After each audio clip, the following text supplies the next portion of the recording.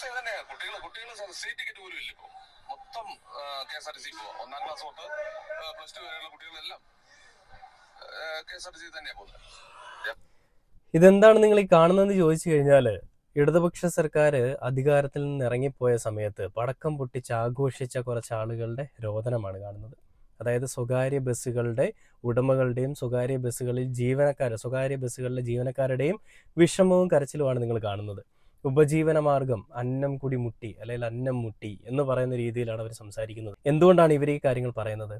വലതുപക്ഷ സർക്കാർ അധികാരത്തിൽ വരുന്ന സമയത്ത് തന്നെ ഇന്ദിരാ ഗ്യാരണ്ടി ആയിട്ടുള്ള സൗജന്യ യാത്ര, സ്ത്രീകൾക്ക് ബസ്സുകളിൽ, KSRTC ബസ്സുകളിൽ സൗജന്യ യാത്ര ഒരുക്കി കൊടുക്കുമെന്ന് പറഞ്ഞ പൂക്കി സതീശന്റെ അല്ലെങ്കിൽ പൂക്കി മുഖ്യമന്ത്രിയുടെ ആ ഒരു നിലപാട്, അദ്ദേഹം അതിൽ നിന്ന് യൂട്ടേൺ അടിച്ചിട്ടില്ല. അതിൽ നിന്ന് മാത്രം യൂട്ടേൺ അടിക്കാതെ അദ്ദേഹം അത് നടപ്പിലാക്കി കൊടുക്കുകയും ചെയ്തു. അതുകൊണ്ട് തന്നെയും KSRTCയിൽ കോടികളുടെ നഷ്ടമാണ് ഇപ്പോൾ ഉണ്ടായിക്കൊണ്ടിരിക്കുന്നത്. അതൊക്കെ അവർക്ക് ഓവർകം ചെയ്യാൻ പറ്റുമെന്നാണ് ഇവരെല്ലാവരും പറഞ്ഞത്.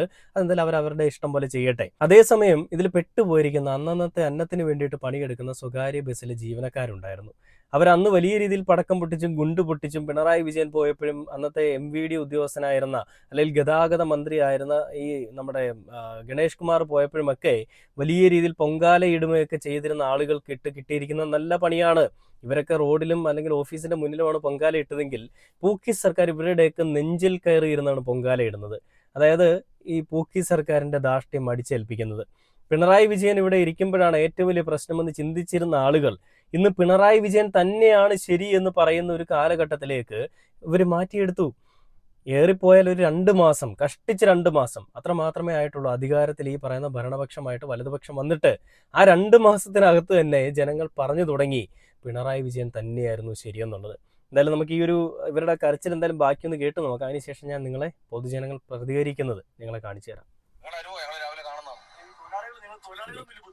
തൊഴിലാളികൾക്കും ഭയങ്കര നഷ്ടമാണ്. നമുക്ക് വീട്ടിലേക്കൊന്നും അധികം പൈസ ഒന്നും ഇപ്പം കൊടുക്കാൻ പാടാണ്. 10-500 രൂപയൊക്കെ കുറവാണ് ശമ്പളം. അങ്ങനെ പോയി എത്ര ദിവസം എന്ന് പറയാൻ പറ്റത്തില്ല. പ്രസ്ഥാനം തൊഴിലാളികൾ അല്ലെ വേറെ പണി നോക്കി പോകേണ്ടി വരും. 7 പേരുണ്ട്. നേരത്തെ ഇതിനെക്കാട്ടി ആളുകളായിരുന്നു. എല്ലാം ഭയങ്കര നഷ്ടത്തിന് കൊടുക്കുന്നത്. രാവിലെ ചാലായാലും ഉച്ചയ്ക്ക് ചാലായാലും എല്ലാം കാലിയാണ്. അങ്ങനെ എല്ലാം കാലിയായാൽ എന്താ, സർക്കാരിന് വലിയ ലാഭമല്ലേ? സർക്കാർ ഈ സൗജന്യ യാത്ര കൊടുക്കുന്നതിൽ കൂടി സർക്കാരിന് വലിയ ഒരു പബ്ലിസിറ്റി കിട്ടിക്കൊണ്ടിരിക്കുകയാണ്. ചരിത്ര പ്രസിദ്ധമായിട്ടുള്ള, അല്ലെ ചരിത്ര പ്രാധാന്യം അർഹിക്കുന്ന ഒരു നേട്ടം ഇടതുപക്ഷ സർക്കാർ ഇവിടെ ഇരുന്നിട്ട് വലുതായിട്ടൊന്നും ചെയ്യാതെ പോയി KSRTCയെ മാത്രം ഉയർത്തിക്കൊണ്ട് വന്ന് അതേ KSRTCയിൽ സൗജന്യ യാത്ര കൊടുക്കുക എന്ന് പറയുമ്പോൾ അത് വലിയ എന്തോ ഒരു മാറ്റമാണ്, വലിയ എന്തോ ഒരു ചരിത്രമാണ് ഇവർ സൃഷ്ടിക്കുന്നതെന്നാണ് ഈ മണ്ടന്മാർ വിചാരിക്കുന്നത്. എടാ മക്കളെ, പെയിന്റ് അടിക്കണമെങ്കിൽ ഒരു വോള് വേണം, അല്ലെങ്കിൽ ഒരു ഭിത്തി വേണം. ആ ഭിത്തി ഉണ്ടാക്കിയിട്ടത് ആരാണ്? ഇടതുപക്ഷ സർക്കാരാണ്.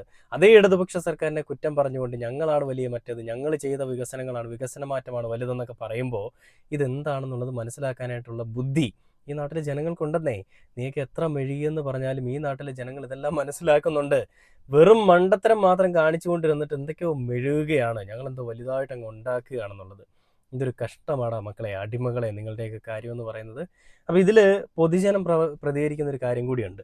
ഞാൻ നിങ്ങളെ കാണിച്ചാൽ അതിന് മുൻപായിട്ട് തന്നെ ഈ സംരക്ഷിക്കുമെന്ന് മുഖ്യമന്ത്രി ഉറപ്പ് തന്നിരുന്നു. എന്നാൽ ചർച്ചയ്ക്ക് പോലും വിളിച്ചില്ല എന്ന് പറഞ്ഞുകൊണ്ട് ബസ് തൊഴിലാളികളുടെ സംഘടനയിലെ ഒരു നേതാവ് രംഗത്തേക്ക് വന്നിട്ടുണ്ട്. എന്തായാലും അതുകൂടെ നിങ്ങളത് കാണിച്ചു തരാം.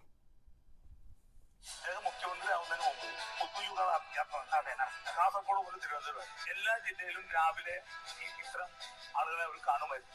ബസ് ഉടമകള്, വ്യാപാരികൾ, അങ്ങനെ പല ആളുകളെ എല്ലാ ദിവസവും രാവിലെ കാണുമായിരുന്നു. ഞങ്ങൾ ഈ കാസർഗോഡ് മുതൽ തിരുവനന്തപുരം മുഴുവൻ ജില്ലകളിലും പങ്കെടുത്ത് ഞങ്ങളുടെ പ്രധാനപ്പെട്ട പ്രശ്നങ്ങൾ മുഴുവൻ അദ്ദേഹത്തിന് പറഞ്ഞ് അദ്ദേഹം നമ്മളേക്കാൾ കൂടുതൽ ആ കാര്യത്തിൽ ഞങ്ങളുടെ വിഷയങ്ങൾ മനസ്സിലാക്കി ചെയ്യേണ്ടതാണ് എന്നൊക്കെ പറഞ്ഞ പ്രതിപക്ഷ നേതാവാണ്.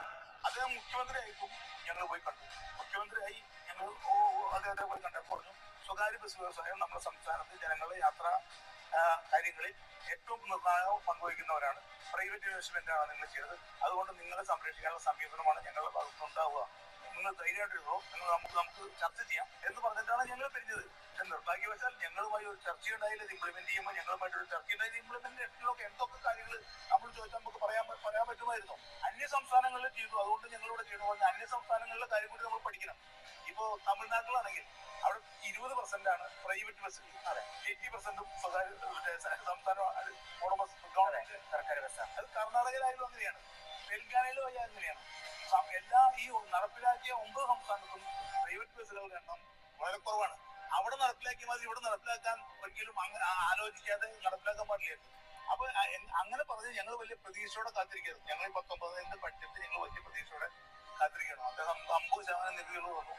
50% നികുതികൾ തന്നിട്ട് ഞങ്ങൾ അതിൽ ഹാപ്പി അല്ല, നിങ്ങൾ ചെയ്ത് ശരിയായില്ല, നിങ്ങൾ 50% ഞങ്ങൾ തന്നാലേ നിങ്ങൾ എന്തുകൊണ്ട് എന്നിട്ട് അതിനെ തീരെ മോശമായിട്ട് കണ്ടു എന്നൊരു അദ്ദേഹം ഞങ്ങളോട് ചോദിച്ച മറുപടി. പക്ഷെ അതിനൊരു ഫിഗർ അദ്ദേഹത്തിന് അറിയാത്ത ആളാണെന്ന് ഞാൻ വിശ്വസിക്കുന്നില്ല. അദ്ദേഹത്തിന് പറഞ്ഞു കൊടുത്ത ആളുകൾ അത് അത്ര 50% പറഞ്ഞാൽ അത് വലിയ ഒരു കാര്യമാണെന്ന് അദ്ദേഹത്തിന് ബോധ്യപ്പെടുത്തുന്നു. കരച്ചിലിന് ഒരു കുറവും വേണ്ട. കാരണം ഞാൻ നേരത്തെ പറഞ്ഞത് തന്നെയാണ്, പടക്കം പൊട്ടിച്ച് ആഘോഷിച്ചാലേ ഇതിലും നിങ്ങൾ പടക്കം പൊട്ടിച്ച് ആഘോഷിക്കണം. നിങ്ങളുടെ അന്നം മുട്ടിച്ചതിന് വേണ്ടിയിട്ട് അന്നം മുട്ടിച്ച ആളുകളോട് നിങ്ങൾ അതിൻ്റെ കൂറ് പ്രകടിപ്പിച്ച് കാണിക്കുന്നേ, അല്ലെ നിങ്ങൾ അതിൻ്റെ കൂറ് കാണിക്കുന്നേ. പിണറായി വിജയനാണ് ഏറ്റവും വലിയ പ്രശ്നമെന്ന് പറഞ്ഞുകൊണ്ടിരിക്കുന്നവരാണ് ഇന്ന് ഈ പിണറായി വിജയൻ തന്നെയായിരുന്നു ശരിയെന്ന് പറയുന്നത്.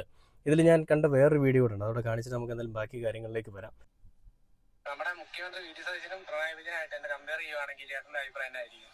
നിലപാടിന്റെ കാര്യത്തിൽ നിലപാട് മാത്രമല്ല, എന്ത് മുൻവിധിയോടുകൂടി നമ്മളെ ഇവിടെ കേരളത്തില് പിണറായി വിജയൻ ആദ്യം അധികാരത്തിലേക്കുമ്പം അധികാരത്തിലേക്ക് കുറച്ച് കഴിഞ്ഞപ്പോൾ തന്നെ 2 പ്രളയവും കോവിഡും മറ്റുള്ള എല്ലാം വന്ന് ഓക്കിതൊട്ടെല്ലാം വന്ന് നമ്മൾ തകർത്തെറിഞ്ഞ ആ കേരളത്തെ നമ്മൾ ഇന്ന് കാണുന്ന ഒരു വികസിത കേരളമാക്കി മാറ്റിയത് ഇച്ഛാശക്തിയുള്ള ഒരു ഗവൺമെന്റ് ഉണ്ടായതുകൊണ്ട്. ഗവൺമെന്റ് എന്ന് തന്നെ ഞാൻ പറയുള്ളൂ, കാരണം പിണറായി മാത്രം വിചാരിച്ചിട്ടല്ല, ഗവൺമെന്റ് വിചാരിച്ചിട്ടാണ് ഇത്രയും വലിയ വികസനം ഉണ്ടായേക്കണത്. നമ്മൾ തകർന്നു പോയതാണ്, കേരളം തകർന്നു പോയത്. ആ കേരളത്തെ ഇത്ര ഉയർത്തിക്കൊണ്ടുവന്നത് അതേസമയം മറിച്ച് UDF ആയിരുന്ന ആ സമയത്തെങ്കിൽ ഇവിടെ കേരളം ചിലപ്പോൾ കണ്ടില്ലെന്ന് വരും.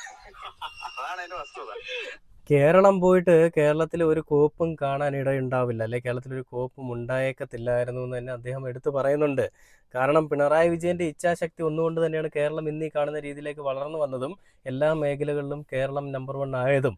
ഇന്ന് പിണറായി വിജയനെ വലിയ രീതിയിൽ കുറ്റം പറഞ്ഞ ആളുകൾ പിണറായി വിജയൻ മതിയായിരുന്നു എന്ന് പറയുമ്പോൾ ഇന്നത്തെ ഭരണകൂടം, ഇന്ന് ഇരിക്കുന്ന ഭരണപക്ഷം, അതായത് വലതുപക്ഷം എത്രത്തോളം അധപ്പതിച്ച ഒരു ഭരണപക്ഷമാണെന്നുള്ളൊരു കാര്യത്തിൽ ഒരു സംശയവും ആർക്കും വേണ്ട.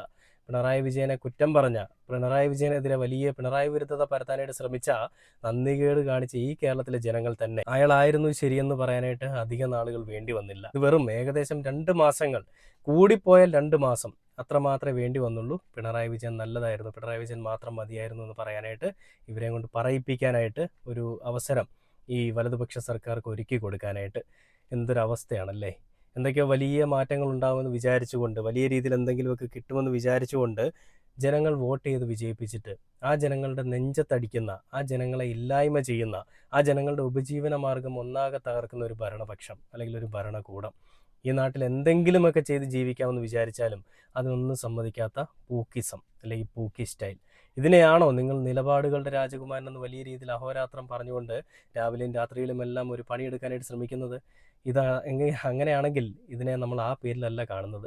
നിലപാടുകളിലെ വ്യക്തതയില്ലായ്മ, അല്ലെങ്കിൽ നിലപാടില്ലായ്മ, അല്ലെങ്കിൽ മറ്റു പേരുകളിലും വിളിക്കാം. പക്ഷെ അതിലേക്ക് നമ്മൾ പോകുന്നില്ല. എന്തായാലും നിങ്ങൾ ജനങ്ങൾ വിളിച്ചോളുമെന്ന് എനിക്ക് നന്നായിട്ട് അറിയാം. പിണറായി വിജയൻ തന്നെയായിരുന്നു ശരിയെന്ന് ജനങ്ങൾ പറയുന്ന ഒരു കാര്യമാണ് നിങ്ങൾ കാണുന്നത്.